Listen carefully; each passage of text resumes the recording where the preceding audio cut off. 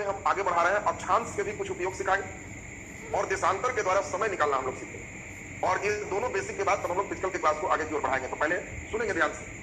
हम लोग पिछले क्लास में एक बात सुने थे कि अक्षांशों के द्वारा सबसे लेटेस्ट रूप में जो बांटा गया, उसमें बांटा गया कि पृथ्वी अक्ष से कितनी झुकी हुई।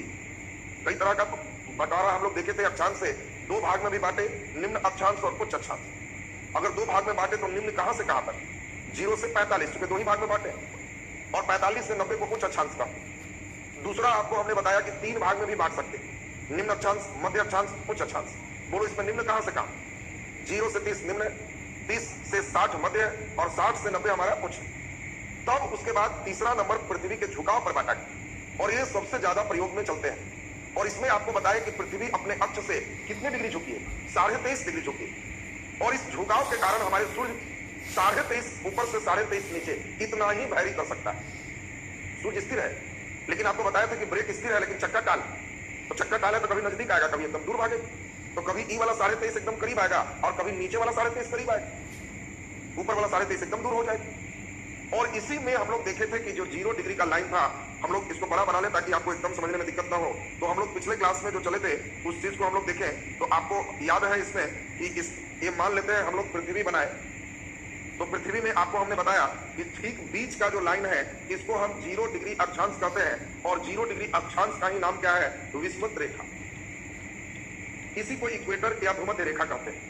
फिर हमने बताया कि पृथ्वी अपने अक्ष पर 23.5 डिग्री झुका है, तो ऊपर 23.5 डिग्री ऊपर और 23.5 डिग्री नीचे एक लाइन चलेगी। इससे ऊपर जो भी लाइन चलेगा उसको हम लोग नॉर्थ कहते हैं, और इससे नीचे जो भी लाइन चलेगा इसको हम लोग साउथ कहते हैं। और आपको यही समझाए थे, 23.5 ऊपर में जो लाइन होगा इसी को कर्क रेखा कहते, और 23.5 नीचे जो लाइन होगा इसी को मकर रेखा कहते।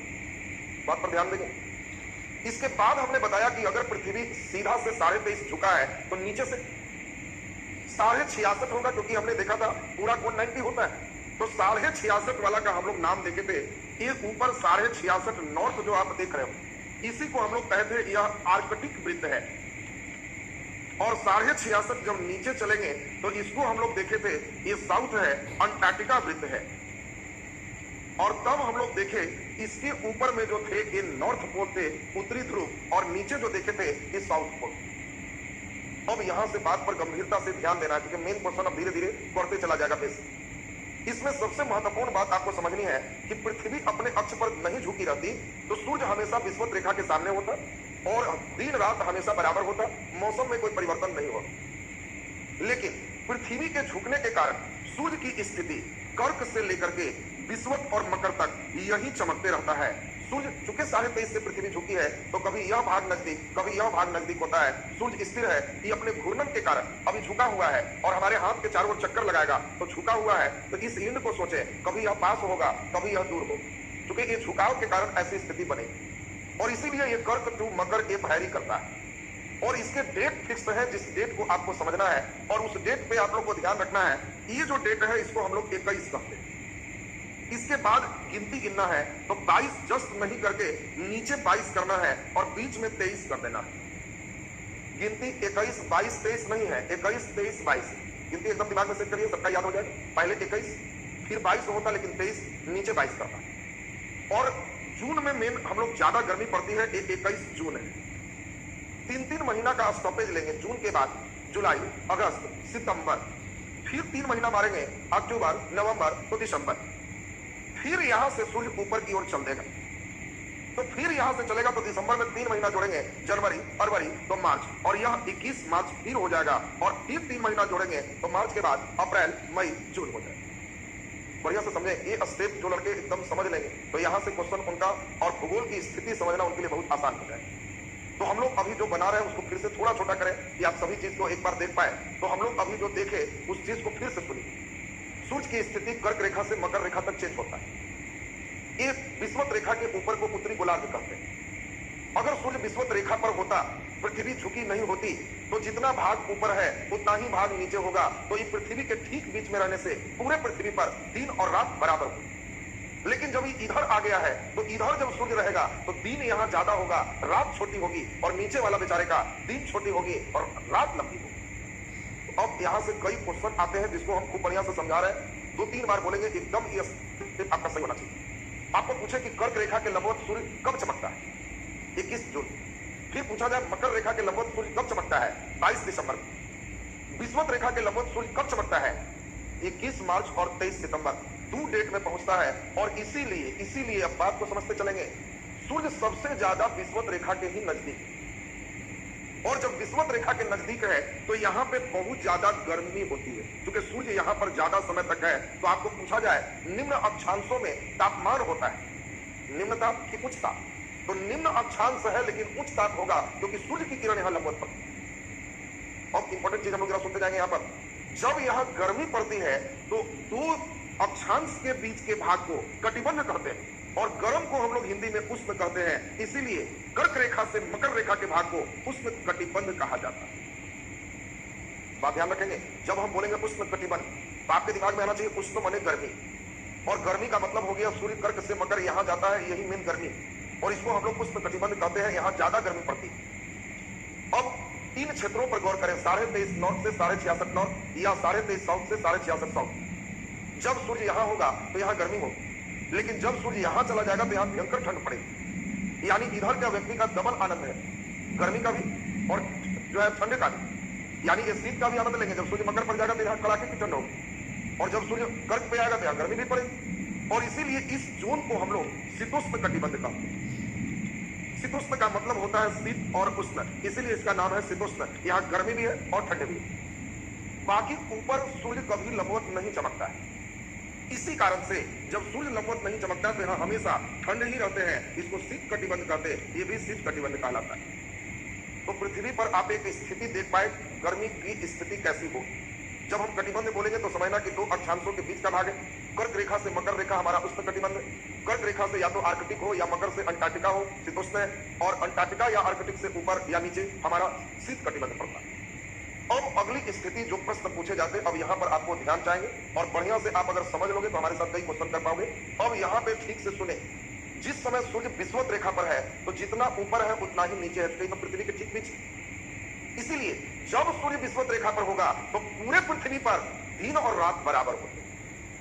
देखिए ध्यान से, तो आपको क्वेश्चन इंपॉर्टेंट आएंगे कि बताओ पृथ्वी पर दिन और रात कब बराबर होते हैं। तो अब आप समझ गए कि विषुवत रेखा पर सूर्य 2 डेट में होता है, एक 21 मार्च को और दूसरा नंबर 23 सितंबर को। ये दोनों ऐसे डेट हैं, 21 मार्च भी और 23 सितंबर भी, जहां सूर्य विषुवत रेखा के लंबवत होते हैं। और इस दोनों दिन और रात बराबर होते हैं। और जब दिन रात बराबर होते हैं तो भूगोल में ऐसी स्थिति को विषुव कहा जाता है, और इसी को इंग्लिश में इक्विनॉक्स कहते हैं। बात समझेंगे, बहुत अच्छा प्रश्न आते हैं। आपको क्वेश्चन पूछा जाएगा, कभी जानता है कि दिन रात बराबर बोलेंगे तो बच्चे गेस कर लेंगे, तो कभी कभी दिन रात का नाम ही नहीं ले, क्वेश्चन देगा विषुव की स्थिति होती है, और उसमें आपको दे देगा 21 जून, 21 मार्च, 21 दिसंबर, 22 दिसंबर। तो आपको ध्यान रखना है कि दिन रात बराबर होने की घटना को ही विषुव को ही इंग्लिश में इक्विनॉक्स कहते हैं। और इस घटना का मतलब सिर्फ 2 डेट से है, 21 मार्च और 23 सितंबर। जब 21 मार्च आएगा तो आप समझ लेना कि दिन रात बराबर होगी, और तब 21 मार्च के बाद सूर्य ऊपर आएगा। ऊपर सूर्य आएगा तो इसको उत्तरायण कहते हैं, और नीचे सूर्य जाएगा तो दक्षिणायन। यहाँ से सूर्य दक्षिण उत्तरायण है, यहाँ सूर्य दक्षिणायन। 23 दिसंबर से सूर्य ऊपर की ओर चल दिया तो उत्तर की ओर है उत्तरायण। जून से सूर्य दक्षिणायन।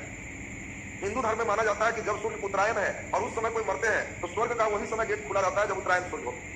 जब दक्षिणायन रहेंगे तो उस समय गेट बंद रहता है, यानी उनका मरना शुरू नहीं है जब दक्षिणायन। और इसीलिए महाभारत में आप देखे होंगे भीष्म पितामह को तीर पूरा मार दिया गया, पूरे तीर से भेद दिया गया, और उस समय तीर लगा जब सूर्य दक्षिणायन। तो भीष्म पितामह कहे कि अभी हम मरेंगे तो फिर आत्मा भटके, हमको इसी का सैया बना के लेटा दो, कब तक, जब तक उत्तरायण न हो जाए। जब उत्तरायण होंगे तो हम अपना चल देंगे। लेकिन उस कहानी से आपको भूगोल को समझना है। हम लोग को स्वर्ग के सीढ़ी गेट से मतलब नहीं, हम लोग को क्वेश्चन होगा कब उत्तरायण है, कब दक्षिणायन है, कब बराबर होगा, कब कहां क्या होगा। अब इस पे थोड़ा सा ध्यान दीजिए। जब सूर्य कर्क रेखा के लंबवत हो तो इस समय आपको ध्यान रखना है पूरे उत्तरी गोलार्ध में दिन सबसे लंबा और रात सबसे छोटा हो। जब सूर्य मकर रेखा के लंबवत होगा तो पूरे दक्षिणी गोलार्ध में दिन सबसे लंबा और रात सबसे छोटा होगा। तो आपसे पूछा जाए कि दक्षिणी गोलार्ध में दिन सबसे लंबा कब होता है, 22 दिसंबर। बात ध्यान रखेंगे। अगर हम पूछे कि बताओ उत्तरी गोलार्ध में दिन सबसे लंबा कब होता है, 21 जून। दिन और रात बराबर कब होता है, 21 मार्च और 23 सितंबर। बोलो क्लियर है सबका। अभी हम 2-3 क्वेश्चन पूछेंगे जिससे हमें मालूम चल जाएगा कि इसकी स्थिति कैसी है। पहले बिना देखे आप जल्दी से इसको बनाओ, बिना देखे फटाफट। पहले अपने से बनाइए खुद से, जहां बनाने लगोगे तो भूगोल से इंटरेस्ट आ जाएगा, कई लोग का इंटरेस्ट ही नहीं रहता, और हमारे साथ चलोगे तो धीरे धीरे बाहर है 5-6 क्लास में तुम्हारे अंदर एक इंटरेस्ट आ जाएगा, फिर भूगोल पढ़ने में बहुत मजा आएगा। भूगोल का जो कख गघ है वही चल रहा है। सबसे पहले कोई भी लोग कलम उठाओ, कलम नहीं उठाओगे खाली कथा सुनोगे तो नहीं होगी, कॉपी पे वर्क करो, एक पृथ्वी बनाए, ठीक बीच बनाए, इसको 0 डिग्री कहे, इसी का नाम हमने बताया विषुवत रेखा है, इसको लिखना है। फिर कई लड़के का जो लक्षण है वो सुन लीजिए, वो 23.5 इतना बड़ा लेता है कि 66.5 के जगह में बचता है। आपको ध्यान रखना है 23 कम है, 66 बहुत ज्यादा है, इसलिए इसको एकदम नजदीक रखना, आदत सीखिए सब, इसको एकदम नजदीक रखना, इसको भी नजदीक रखना, क्योंकि बहुत ज्यादा गैप नहीं है, 23.5 डिग्री है, तो 23.5 नॉर्थ और 23.5 साउथ, ऊपर वाला कर्क, नीचे वाला मकर। 23.5 नॉर्थ को ही कर्क रेखा कहते हैं और 23.5 साउथ को ही मकर रेखा कहते हैं। तब 23 से 40 डिग्री का गैप लगभग लोगे तो 66 वाला आएगा, इसीलिए इसको ऊंचाई पर चलना, और एक उतना ऊंचाई पर सीधा रेखा नहीं होगा क्योंकि हमारा अक्षांश रेखा गोल चलता है, तो इसीलिए इसको कर्व रूप में हमने लिया है। ये 66.5 नॉर्थ है, ये 66.5 साउथ है, इसी को हम लोग ऊपर, आपको ध्यान रखना है, दो चीज में कंफ्यूज मत होना। जब हम ऊपर रहेंगे तो ध्यान रखना कि ऊपर टीक होता है, इसलिए नाम भी इसका आर्क टीक है। जब हम कहेंगे आर्कटिक वृत्त तो कहना वो टीक लगल है, तो टीक ऊपर रहता है और टीका नीचे रहता है, तो अंटार्कटिका नीचे और टीक ऊपर, यहाँ नॉर्थ पोल, यहाँ साउथ पोल। और सब लोग जल्दी से सूर्य की स्थिति बता दो तो समझेंगे, सीख गए। तीनों पे सूर्य चमकाओ और तीनों पे सूर्य चमका के डेट लिखो, डेट लिखिए, खुद से डेट लिखिए, सब खुद से जहां लिखने लगे तब हो गया अच्छी स्थिति। बहुत बढ़िया, देखिए कई लोग अपने से लिख भी रहे हैं। यहाँ सबसे पहले सोचना है 21, फिर गिनती में आपको बताया कि 23, और नीचे चलेंगे तो 22, 21, 23, 22, और फिर आपको सोचना है कि यहाँ गर्मी जून में है, फिर आपको सोचना है 3 महीने का इंटरवल, जून के बाद जुलाई, अगस्त, सितंबर, 3 महीना, अक्टूबर, नवंबर, दिसंबर, इस समय सूर्य यहाँ से यहाँ, यहाँ से यहाँ, फिर 22 दिसंबर से ऊपर चलेगा, तो यहाँ पे 21 दिसंबर के बाद जनवरी, फरवरी, मार्च, और फिर यहाँ से ऐसे चलेगा। अब आप 3 क्वेश्चन लिखिए और उसके बाद तीनों क्वेश्चन से हम समझेंगे कि स्टेप आप बढ़िया समझ रहे हो। पहला नंबर ऑब्जेक्टिव लिखिए, लिखिए भारत के बीच से गुजरने वाली रेखा है, भारत के बीच से गुजरने वाली रेखा है, भारत के बीच से गुजरने वाली रेखा है। चॉइस ए कर्क रेखा, चॉइस ए कर्क रेखा, बी विषुवत रेखा, विषुवत रेखा, सी मकर रेखा। चलिए, सभी लोग को मालूम है, आप सब लोग जानते हो भारत के बीच से कौन सी रेखा गुजरती है, तो आपको ध्यान रखना है कि भारत के ठीक बीच से कर्क रेखा गुजरती है और भारत विषुवत रेखा से ऊपर लटक जाता है, क्योंकि 8 डिग्री कुछ मिनट से शुरू होगा, 0 डिग्री है, तो भारत के बीच से कर्क रेखा गुजरती है, दिमाग में आपको सेट रखना है। दूसरा नंबर क्वेश्चन लिखिए, भारत स्थित है, भारत स्थित है उष्ण कटिबंधीय क्षेत्र में, उष्ण कटिबंधीय क्षेत्र में, स्थित से अच्छा जलवायु है कर दो, भारत की जलवायु है कर दीजिए, स्थित हटा दीजिए, भारत की जलवायु है, भारत की जलवायु है उष्ण कटिबंधीय, चॉइस बी शीतोष्ण कटिबंधीय, भारत की जलवायु है चॉइस ए उष्ण कटिबंधीय, बी शीतोष्ण कटिबंधीय, सी दोनों, दोनों, और डी शीत कटिबंधीय, दोनों और डी में शीत कटिबंधीय।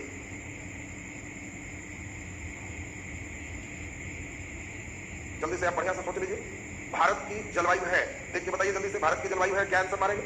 दोनों। तो आपको ध्यान रखना है भारत की जलवायु है, आंसर चॉइस ए उष्ण कटिबंधीय चलेगा, दोनों मारेंगे तो लड्डू नंबर आ जाएगा। भारत की जलवायु कैसा है? उष्ण कटिबंधीय। हाँ, आपको लग रहा होगा कि यहीं तक उष्ण था, ऊपर तो शीतोष्ण चला गया, सही सोच रहे हैं। भारत में हिमालय पर्वत क्या करती है? ध्रुवीय पवन को आने से रोक देती है, तो हम लोग शीत का ओरिजिनल आनंद नहीं लेते। अगर शीतोष्ण कटिबंधीय रहता तो हम लोग का शीत ऋतु का आनंद। कई लड़के का जैकेट और मफरल बिना सीट अलग कब पाने बनाया था, बहुत हल्के रह जाते। अगर हिमालय नहीं रहता तब समझ में आता कि कितना कोट पाने कितना जैकेट पाने, पूरे पानी बर्फ में परिवर्तित हो जाते। तो इसीलिए भारत है दोनों में, लेकिन इसकी जलवायु गर्मी का दिन ज्यादा होने के कारण उष्ण कटिबंधीय माना जाता है। नीचे क्वेश्चन लिखिए, क्वेश्चन, भारत में रात सबसे लंबी होगी, भारत में रात सबसे लंबी होगी, भारत में रात सबसे लंबी होगी। चॉइस ए 21 जून को, 21 जून को, बी 21 मार्च को, 21 मार्च को, सी 21 दिसंबर को, 21 दिसंबर को, और डी 22 दिसंबर को, 22 दिसंबर को। अब आपको खूब बढ़िया से सीखना है, हमारे साथ थोड़ा सा ध्यान दे दीजिए तो स्टेप समझ जाओ। जब हम भारत की बात किए तो आपको एक कर्क रेखा की बात सोचना है, और जब कर्क रेखा पर सूर्य होगा तो यहां दिन सबसे लंबी होगी, क्योंकि सूर्य सामने, और दिन सबसे लंबी होगी तो रात सबसे छोटी होगी। आपको क्वेश्चन में क्या दिया है? रात सबसे लंबी, तो बताओ भारत में रात सबसे लंबी तो दिन सबसे छोटी, और दिन सबसे छोटी तो जब सूर्य नीचे होगा तब हो, और इसीलिए आंसर क्या होगा? 22 दिसंबर। भारत में 22 दिसंबर को दिन सबसे छोटी होती है। 23 को थोड़ा बढ़ा, 24 और बढ़ा, 25 दिसंबर से दिन थोड़ा बढ़ने लगता है, इसीलिए भारत में 25 दिसंबर को बड़ा दिन कहते हैं। बड़ा दिन क्रिसमस डे जो देख रहे हो, बड़ा दिन की छुट्टी, तो बड़ा दिन का मतलब है कि दिन बड़ा होने लगा, क्योंकि इस समय सूर्य यहाँ है, अब चला। तो आपको कभी भी पूछा जाएगा कि भारत में दिन सबसे लंबी 21 जून, रात सबसे लंबी 22 दिसंबर, तो सही आंसर डी 22 दिसंबर। अगला क्वेश्चन लिखिए, नेक्स्ट क्वेश्चन। अब भारत नहीं दे रहे हैं, सोच के बनाना। बिहार में दिन और रात कब बराबर होते हैं? कोई राज्य दे देगा, बिहार दे देगा, यूपी दे देगा। बिहार में दिन और रात कब बराबर होते हैं? और बिहार स्पेशल एग्जाम दोगे तो बिहार दे देगा, यूपी स्पेशल दोगे तो यूपी दे देगा, अब दूसरे राज्य दोगे तो राजस्थान का और राजस्थान दे देगा। ये बताओ कब दिन और रात बराबर होते हैं? तो नीचे लिख दीजिए, चॉइस ए 21 जून, बी 23 सितंबर, 23 सितंबर, सी 22 दिसंबर, और डी बिहार में दिन रात बराबर नहीं होते हैं। डी बिहार में दिन रात बराबर नहीं होते। जल्दी आंसर बोल दीजिए। 23 सितंबर। हाँ, पूरे दुनिया में 21 मार्च और 23 सितंबर को दिन रात बराबर होते हैं, तो बिहार दुनिया में ना है, तो आंसर 21 मार्च और 23 सितंबर होगा, तो आंसर 23 सितंबर होगा। अब आप लोग देखो समझने लगे, यही भूगोल की खूबसूरती समझना। लिखा हुआ कम चीज होगा, लेकिन सब चीज आपको इसी पे पकड़ना, और जहां इस पर पकड़ने लग गए तो क्वेश्चन आपको बन जाए। अब आपको क्वेश्चन देगा, 21 मार्च को भारत में होते हैं दिन लंबी रात लंबी दोनों बराबर, दोनों बराबर हो। नीचे क्वेश्चन लिखिए, इसमें आंसर हो गया 23 सितंबर। अगला क्वेश्चन लिखिए, इक्विनॉक्स।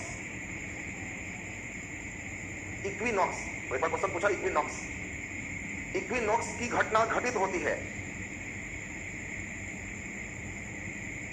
इक्विनॉक्स की घटना घटित होती है, तो आप सभी लोग समझ गए इक्विनॉक्स का मतलब क्या है। इसी को हम लोग विषुव कहते हैं, और इसका मतलब है दिन और रात बराबर हो। बात समझोगे? कई बार लड़के तो बेचारे इक्विनॉक्स से पढ़ के बेचारा लगा हड़ते, अभी नहीं निश्चित है, ये तो परीक्षा हॉल में इक्विनॉक्स पढ़ा तो हो गया उसकी स्थिति खराब।